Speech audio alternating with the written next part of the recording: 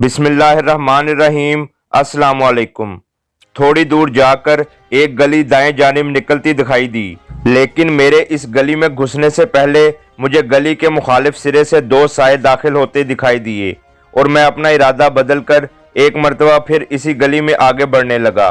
वो गली काफ़ी तवील थी और इससे दाएं बाएं छोटी छोटी गलियां निकल रही थीं। छोटी गली के सिरे पर नजर आने वाले साए किसी भी लम्हे इस गली में तलू हो सकते थे और पुश्त की तरफ से मुझे निशाना बनाना उनके लिए दुश्वार न होता। इसलिए मैं अपने बाएं हाथ पर आने वाली पहली गली में मुड़ गया। वो एक तंग सी गली थी जो थोड़ी दूर जाकर एक मेन स्ट्रीट में निकली। मैं जैसे ही मेन स्ट्रीट में निकला, इसी वक्त एक कोठी के दरवाजे से सफ़ेद रंग की गाड़ी निकली। इसका रुख मेरी जानिब ही था। उसके स्पीड पकड़ने से पहले मैं उसके करीब पहुंच गया और अगले लम्हे ही फ्रंट सीट का दरवाज़ा खोलकर मैं ड्राइवर के साथ बरजमान हो गया। मेरे हाथ में मौजूद पिस्तौल का रुख गाड़ी चलाने वाली की तरफ था। इन मखदूश हालात में भी मैं बामुश्किल इस हसीन जलवे की ताब ला सका। उसकी मोटी मोटी आंखें जो हैरानी से ज़्यादा फैल गई थीं, मैं इनकी गहराइयों में जैसे डूब सा गया था। कौन है आप? उसने हकलाती जुबान से फूल बिखेरे और मैं जैसे होश में आ गया। सवाल करने की ज़रूरत नहीं, मैं अपने आप को बामुश्किल संभाल पाया। बस इसी तरह चलती जाओ। मगर शट अप। मैं उसकी बात सुने बगैर धाड़ा। जितना कहा है इतना करो, वरना। मैंने खौफनाक शक्ल वाला पिस्तौल उसकी आंखों के सामने लहराया और उसने घबराकर गाड़ी आगे बढ़ा दी। मेरी खुशकिस्मती थी कि अभी तक मुझे कोई दुश्मन भी इस गली में नजर नहीं आया था। गाड़ी जैसे ही थोड़ा आगे बढ़ी, मैंने पीछे मुड़कर देखा तो इसी वक्त छोटी गली से दो अफराद अपने हाथों में पिस्तौल लहराते बरामद हुए, लेकिन उन्होंने गाड़ी पर तवज्जो देने के बजाय दाएं बाएं नजरें दौड़ाना शुरू कर दी और फिर गाड़ी की मुखालिफ सिमत दौड़ते चले गए। उसी वक्त मुझे अपने पीछे एक और गाड़ी की हेडलाइट्स भी नजर आईं। ये अच्छा हुआ। मैं आहिस्ता से बुड़बुड़ाया। क्या? उसने पूछा। कुछ नहीं, तुम ड्राइविंग पर तवज्जो दो। मैंने जानबूझकर उसे झिड़का और इसने होंठ भींचकर गाड़ी की रफ्तार बढ़ा दी। ये शायद अपने अंदरूनी उबाल पर काबू पाने की इस्तरारी कोशिश थी। गुड, मैं मुस्कुराकर बोला। इसका मतलब है आप अच्छी खासी ड्राइविंग कर लेती हैं। लेकिन उसने जवाब देने की ज़रूरत महसूस नहीं की थी। गाड़ी की अंदरूनी लाइट बुझा दो, सामने से आते दो मशकूक बंदों को देखकर मैंने कहा, और इसने इस मर्तबा भी मेरी बात का जवाब दिए बगैर लाइट बुझा दी। अब बाहर से मेरा देखा जाना मुश्किल था। इस गली में मुझे एक दो और गाड़ियां भी हरकत करती दिखाई दे रही थीं और ये मेरे हक में बेहतर था। जल्दी हम इस गली से निकलकर रोड पर आ गए। मेन रोड पर हम थोड़ा आगे ही बढ़े होंगे कि पुलिस की दो तीन गाड़ियां सायरन बजाती हमारे पास से गुजर गईं। मुझे ये बताने की ज़रूरत तो नहीं कि शोर मचाने का मतलब तेरी मौत ही है। इसके बाद मेरे साथ जो कुछ भी होगा उससे मैं निमट लूंगा। पुलिस की गाड़ियों को देखकर उसके चेहरे पर जो तासुरात उभरे थे, उनकी वजह से मैंने इसे मुतनब्बा करना जरूरी समझा। इसने मेरी बात सुनकर हस्बे साबक बोलने से गुरेज किया था। रोड पर गाड़ियों की आमदोरफ्त जारी थी। हमारी कार दरमियानी रफ्तार से चलती वहां से दूर हटती गई। मैं एक बहुत बड़े हमले से बच निकला था। दुश्मन ने बड़ी चालाकी और अयारी से मुझे घेरा था। मुझे अपनी बेवकूफ़ी पर बहुत गुस्सा आया।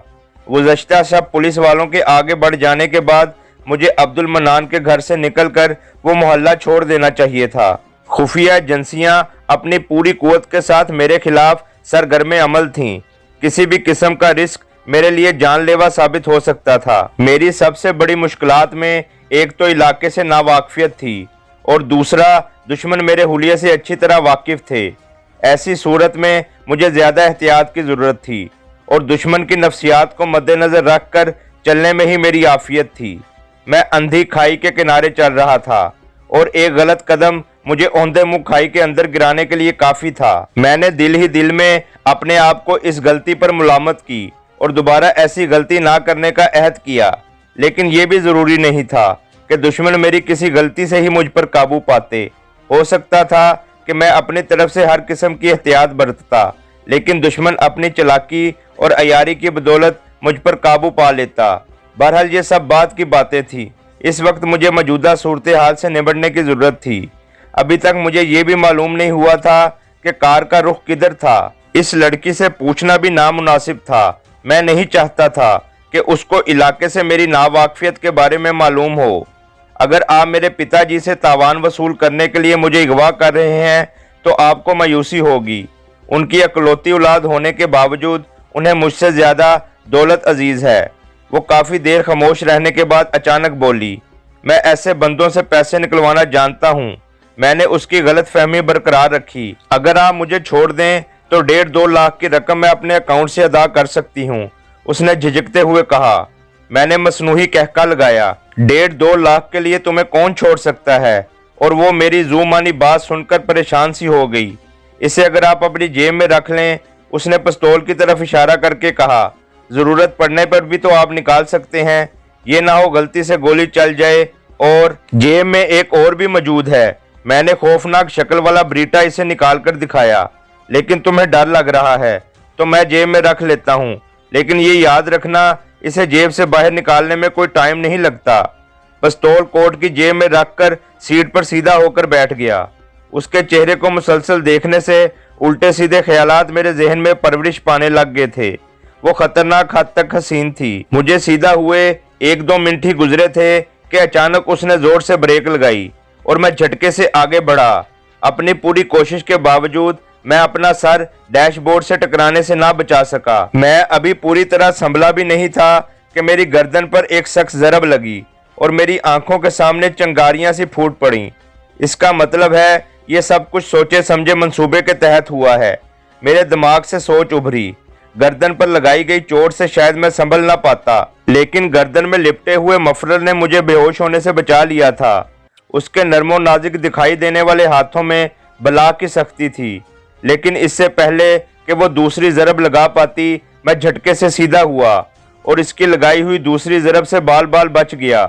उसकी हथेली की चाप मेरी रान पर लगी और अगले ही लम्हे उसका दाहिना हाथ मेरे बाएं हाथ की गिरफ्त में था। लेकिन इसके बावजूद उसने अपनी कोशिश जारी रखी और अपने बाएं हाथ से मेरे चेहरे पर हमला आवर हुई। अब इसके हमले कामयाब होने का मतलब मेरी नाअहली होती।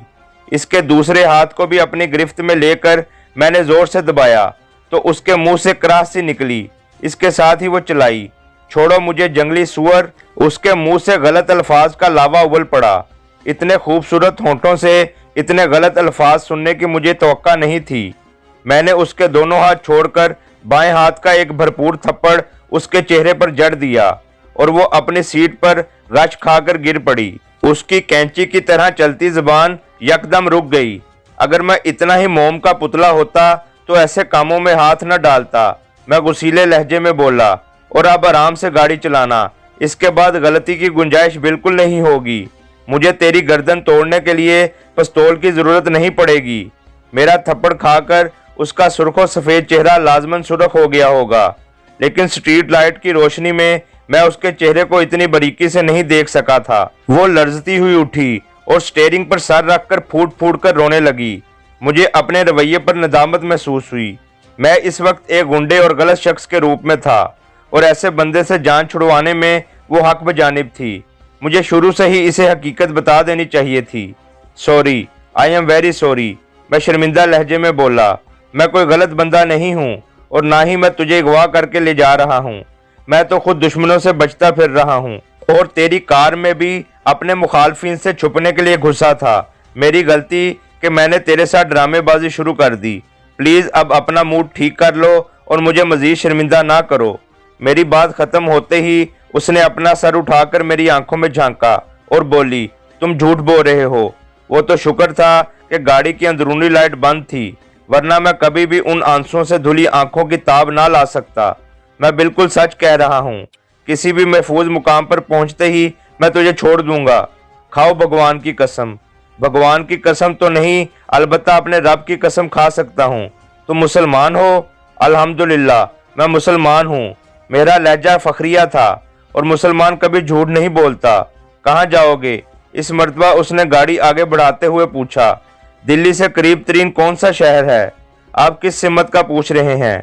दिल्ली से तो आगरा भी करीब है, जयपुर भी है, इसी तरह मीरठ भी तकरीबन इतने फासले पर है। आप मुझे किस शहर तक पहुंचा सकती हैं? मैं दानिस्ता उसके आगे बम्बई की सिमत का तज़किरा नहीं कर रहा था, क्योंकि मैं नहीं चाहता था कि किसी को भी मेरे सफ़र की सिमत मालूम हो जाए, किसी शहर तक भी नहीं। पिताजी मेरी गुमशुदगी से सख्त परेशान होंगे क्योंकि कई दुश्मन मेरी ताक में हैं। गुमशुदगी? मैंने हैरानी से पूछा। अभी घर से निकले तुझे घंटा भी नहीं गुजरा और तुम्हारे पिताजी तुम्हारी गुमशुदगी से वाकिफ हो गए? मैंने अपनी कोठी से निकलकर 100-200 गज दूर अपनी एक सहेली के घर जाना था और वहां पहुंचते ही मैं पिताजी को खैरियत से आगाह कर देती। अब लाजमन पिताजी मेरी सहेली से मेरी आमद की बाबत दरियाफ्त कर चुके होंगे और जवाब मनफी में पाकर मुतफक्कर होंगे। मेरा ख्याल है तेरे अब्बू काफ़ी अमीर हैं। मेरा भी यही ख्याल है। वो हल्के से मुस्कुराई। तो फिर वो तेरे साथ बॉडीगार्ड क्यों नहीं रखता? बॉडीगार्ड मेरे साथ एक छोड़ो 2-2 होते हैं। आज बस मेरी बदकिस्मती कि मैं उन्हें साथ ना ले सकी। एक बात पूछूं, माइंड तो नहीं करोगी? पूछो, आपके दुश्मन कौन हैं? दुश्मन मेरे नहीं, पिताजी के हैं। दुश्मनी की वजह? मैंने पूछा। कुछ कारोबारी रकाबत और कुछ मजदूर बरादरी अपने मुतालबात पूरे ना होने पर दुश्मनी पर कमर बस्ता है। मजदूर बरादरी? हाँ, पिताजी 2 फैक्ट्रियों के मालिक हैं। इन फैक्ट्रियों में आए दिन झगड़ा और हड़तालें चलती रहती हैं। वही मालिक और मजदूर की अजली चपकलिश। लेकिन मालिक और मजदूर की चपकलिश में मालिक की औलाद को क्या खतरा दरपेश हो सकता है? इसके पस मंजर में भी एक कहानी है। क्या? उसने वजाहत करते हुए कहा। पिताजी की इंतजामिया के हाथों 2-3 मजदूरों का कत्ल हो गया था। उनका खून बहा अदा करने से पिताजी इनकारी हो गए कि ये शरपसंद थे, इनके साथ यही होना चाहिए था। बस ये छोटी सी गलती बहुत बड़ी दुश्मनी का पेश खैमा साबित हुई। इसे आप छोटी सी गलती कहती हैं? मैं तंजिया लहजे में बोला। भाई, लड़ाई झगड़े में तो ये होता ही है ना। जब दंगा फसाद होगा तो हलाकतें भी होंगी। जो जैसा करता है वैसा ही भरता है। किसी की करनी का फल फैक्ट्री का मालिक क्यों भुगतता रहे? हम उस वक्त एक मारूफ होटल के सामने से गुजर रहे थे जिसके बाहर रंग बिरंगी रोशनियों से लिखा हुआ उसका नाम जगमगा रहा था, लेकिन वो हिंदी जुबान में लिखा हुआ था, इसलिए मैं ना पढ़ सका। जैसे ही हमारी गाड़ी गेट के सामने से गुजरी, एक खुली छत वाली जीप हमारे साथ होकर गुजरी। इस लड़की का नाम शीतल था, जो मुझे बाद में मालूम हुआ। उस वक्त वो मेरी तरफ मुतवज्जा थी, लेकिन मेरी नज़र इत्तफाकन कार के ड्राइवर पर पड़ी, जो हमारी गाड़ी को देखकर वाज़िह तौर पर चौंका था और फिर जीप रोककर अपने साथी को कुछ कहने लगा। मेरा हाथ बेख्तियार अपनी जेब में रेंग गया। इसका मतलब है उसने मुझे पहचान लिया है। मेरे दिमाग में फौरन खतरे की घंटी बजी, लेकिन फिर मुझे खुद ही अपनी सोच पर हंसी आ गई कि कार के अंदर छाए अंधेरे में वो मुझे किस तरह पहचान सकता था, जबकि अपने चेहरे पर मैंने मफलर भी लपेटा हुआ था। अगरचा मजदूरों की गलती थी, तब भी तुम्हारे डैडी को कुछ ना कुछ रकम अदा कर देनी चाहिए थी। इससे इनकी दौलत में भी कोई खास कमी ना होती और इसके साथ साथ ये दुश्मनी भी पैदा ना होती। दुश्मनी के और भी कई असबाब हैं। इसी तरह तमाम असबाब पिताजी ख़त्म करते रहे तो अपनी दोनों फैक्ट्रियों से हाथ धो बैठेंगे। माशाल्लाह बोझ सिखा पड़ा रखा है पिताजी ने आपको। मैं आपको कभी भी मुतमिन नहीं कर सकूंगी। वो बहस ख़त्म करते हुए बोली। बहरहाल आपको कहाँ ड्रॉप करूं? इससे पहले कि मैं इसको कोई जवाब देता, एक गाड़ी हमें तेज़ी से ओवरटेक करती हुई आगे निकली और हमारी गाड़ी के सामने इस तरह तिरछी होकर खड़ी हो गई कि हमारी कार का आगे जाना नामुमकिन हो गया। ये वही जीप थी जो चंद लम्हे पहले मैंने होटल के सामने देखी थी। ये कौन कमीने हैं? शीतल गुस्से में बोली। लेकिन मेरे कुछ कहने से पहले जीप के पीछे बैठे हुए 3 अफराद भागते हुए हमारी तरफ आए। तीनों के हाथ में हथियार थे। एक ने मुझ पर हथियार तान लिया और दूसरे ने शीतल पर, जबकि तीसरा पिछली सीट का दरवाज़ा खोलकर अंदर बैठ गया। कक्का क्या बात है? शीतल ने गाड़ी की अंदरूनी लाइट जलाकर हकलाते हुए पूछा, लेकिन वो तीनों खामोशी से हमें घूरते रहे। इसी वक्त जीप का ड्राइवर ड्रामाई अंदाज में जीप से उतरकर हमारी सिमत बढ़ा। वो जैसे ही हमारी कार की हेडलाइट के सामने से गुजरा, बेसाख्ता शीतल के होंठों से निकला, ओ तो ये कमीना है। वो शीतल के करीब पहुंचकर बोला, बेचारी बेबी शीतल, आ गई हो ना हमारे काबू में। चाहने वालों से कब तक भागा जा सकता है? ये हरकत तुम्हें बहुत महंगी पड़ेगी मिस्टर अनिल। शीतल गुस्से में बोली। तुम गालबन इस हिजड़े नुमा बॉडीगार्ड पर इंसार किए बैठी हो। वो मेरी तरफ इशारा करके तंजिया लहजे में बोला, अगर तेरा बॉडीगार्ड रघु दादा की तरह होता तो तुम्हें बेशक इस तरह कहने का हक था, ये तो खुद अभी रो रो कर अपनी जान बख्शी की विनती करेगा। अगर तुझे अपने आप पर इतना ही विश्वास है तो आ जाओ, मैं औरत जात होकर तुम्हें खाली हाथ लड़ाई की दावत देती हूँ। जरूर, लेकिन अपने ठिकाने पर जाकर, अनिल ने कहा, और इसके साथ ही इसने अपनी जेब से एयर फ्रेशनर नुमा बोतल निकाली और अपना हाथ खिड़की के करीब कर एक जोरदार बौछार स्प्रे की। मेरी छठी हिस्स ने खतरे का अलार्म सा बजाया और मैंने बेसाख्ता सांस रोक ली, लेकिन वो सांस रोकना मेरे काम ना आ सका और मेरी आंखें बंद हो गईं। मुझे होश आया तो मैंने खुद को जमीन पर लेटे पाया। दाएं बाएं देखने पर शीतल भी जमीन पर बिखरी हुई नजर आई। बेहोशी की हालत में उसका लिबास बेतरतीब सा हो रहा था। इस बेतरतीबी में भी ऐसी तरतीब थी कि शायद होश की हालत में भी वो ये पोजीशन इख्तियार ना कर सकती। मेरा दिल अजीब अंदाज में धड़कने लगा। मैंने जल्दी से इस दिलकश नज़ारे से नज़र हटा ली और अपनी हालत पर गौर करने लगा। मेरे जेब की कोट में मौजूद दोनों पिस्तौल गायब थे। नीलम से हासिल किया हुआ छोटा सा पिस्तौल जो मैंने अपनी कलाई के साथ बांधा हुआ था, वो भी उन्होंने खोल लिया था। पैसों और घड़ी को भी उन्होंने माफ नहीं किया था। वो यकीनी तौर पर शीतल के दुश्मन थे। अनिल नामी शख्स को देखकर शीतल ने जिस नफरत का इजहार किया था, इससे जाहिर होता था कि वो इससे अच्छी तरह वाकिफ थी। एक दफा तो मेरे जी में आया कि शीतल को इसके हाल पर छोड़कर अपना उल्लू सीधा करूं और अनिल पार्टी से ताल्लुकात बनाकर दिल्ली से निकलने की कोशिश करूं, मगर बाद में मुझे अपनी सोच पर नदामत सी महसूस हुई। शीतल मेरी वजह से इन हालात से दुचार हुई थी। इसको इन गुंडों के रहमो करम पर छोड़ना उसके साथ जुल्म करने के मुतरादिफ था। मैंने सर झटक कर इन ख्यालात से अपना पीछा छुड़ाया। इसी वक्त शीतल के मुंह से एक करा बुलंद हुई और इसने हल्के से अपनी आंखें खोल दी। चंद लम्हे वो इसी तरह लेटी छत को तकती रही और फिर दोनों हाथों से सर थाम कर उठ बैठी। मैं भी दीवार से टेक लगाकर बैठ गया। कुछ देर सर पकड़े बैठे रहने के बाद उसने अपना चेहरा मेरी जानिब फेरा और आहिस्ता से बोली, आप गालबन बिल्कुल आपने सही पहचाना। मैंने कतई कलामी की। मैं वही हूँ जिसके कारण आप इस हालत को पहुंची हैं।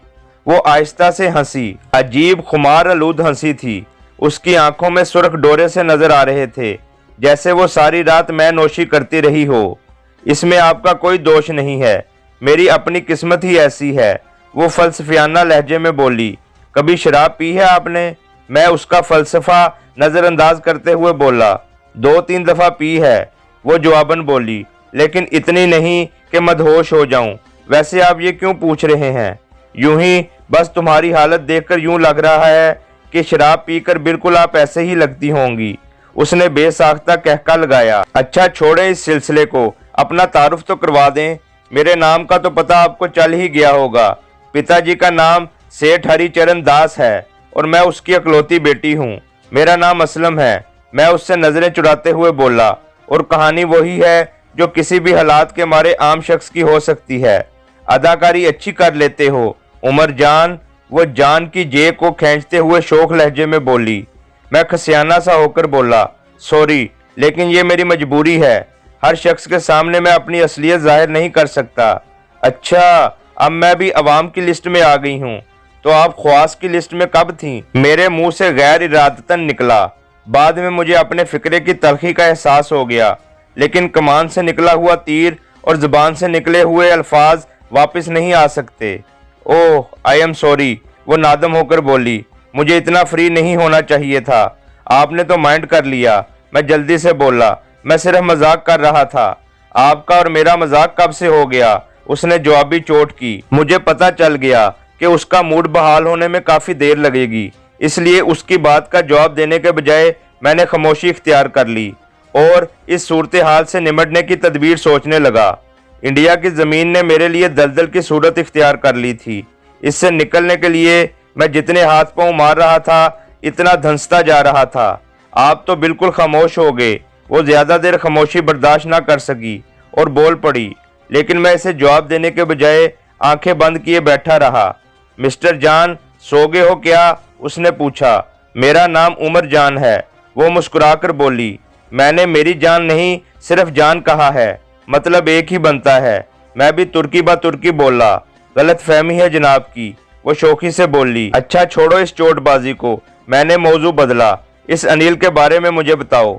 आपके अंदाज से तो यूं लग रहा था जैसे आप दोनों एक दूसरे से वाकिफ हैं। कमीना, वो नफरत भरे लहजे में बोली। यूनिवर्सिटी में मेरे साथ पढ़ता रहा है, मिडिल क्लास फैमिली से ताल्लुक़ रखता है। मासूफ को मुझसे मोहब्बत का दावा था, बल्कि है, और इस सिलसिले में एक दिन पिताजी के पास मेरा रिश्ता मांगने चला गया। पिताजी ने इसी वक्त मुझे बुलाकर पूछ लिया कि मासूफ इस वजह से तशरीफ़ लाए हैं और तेरी क्या राय है। उनका ख्याल था कि शायद उसके आने में मेरी मर्जी शामिल है, लेकिन मैंने पिताजी के सामने इसे खूब बेइज्जत किया। नतीजे में पिताजी ने इसे धक्के देकर घर से निकलवा दिया। इस बात को 2 हफ्ते होने को हैं। इसी बेइज्जती का बदला लेने के लिए इसने किसी गुंडे को हायर किया है, जिसे पता नहीं कौन सा दादा कह रहा था। बाकी के वाक़यात तुम्हारी नज़रों के सामने हैं। मैंने एक लंबी सांस खींची। अब आप भी अपने बारे में कुछ बताना पसंद करेंगे? उसने पूछा। अखबारात में तो आपके मुतल्लिक काफ़ी कुछ लिखा जा चुका है, लेकिन इसमें हकीकत कितनी है, इसकी वजाहत कर दें। अखबारात में कितनी हकीकत बयान होती है, इससे आप वाकिफ़ हैं, इसीलिए तो मैं आपसे पूछ रही हूँ। जवाबन मैंने इसे मुख्तसरन अपनी कहानी सुना दी, लेकिन बहुत सी बातें इसमें हज़फ कर गया। वो बड़े इश्तियाक से मेरी कहानी सुनती रही। मैं बामुश्किल अपनी बात ख़त्म कर पाया था कि बंद दरवाजे के पीछे कदमों की चाप उभरी। ताले में चाबी घूमने की आवाज़ आई।